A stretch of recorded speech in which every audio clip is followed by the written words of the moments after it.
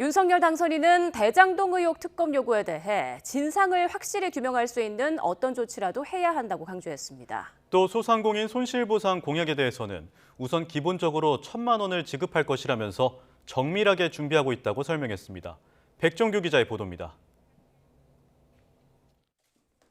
윤석열 당선인은 대통령직 인수위원장을 발표하는 자리에서 대장동 특검에 대한 생각도 분명히 했습니다.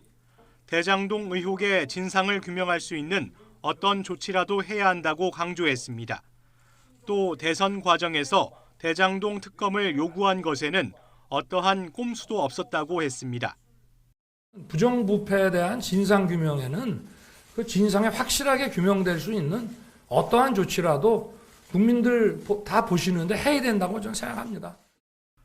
앞서 윤호중 더불어민주당 비대위원장이 대장동 특검에 윤 당선인도 동의해 이번 달 임시국회에서 법안 처리가 가능할 것이라고 밝혔고, 여야가 의견이 모아졌던 것이기 때문에 3월 임시국회에서의 처리가 아무 문제가 없을 것이다라고 생각하고 있습니다. 이에 대한 답을 내놓은 겁니다. 여야는 선거 과정에서 상대 후보를 대장동 사건의 몸통으로 지목하며 특검을 거론해왔는데 대선이 끝나자마자 대장동 특검 도입 논의가 재개된 상황입니다.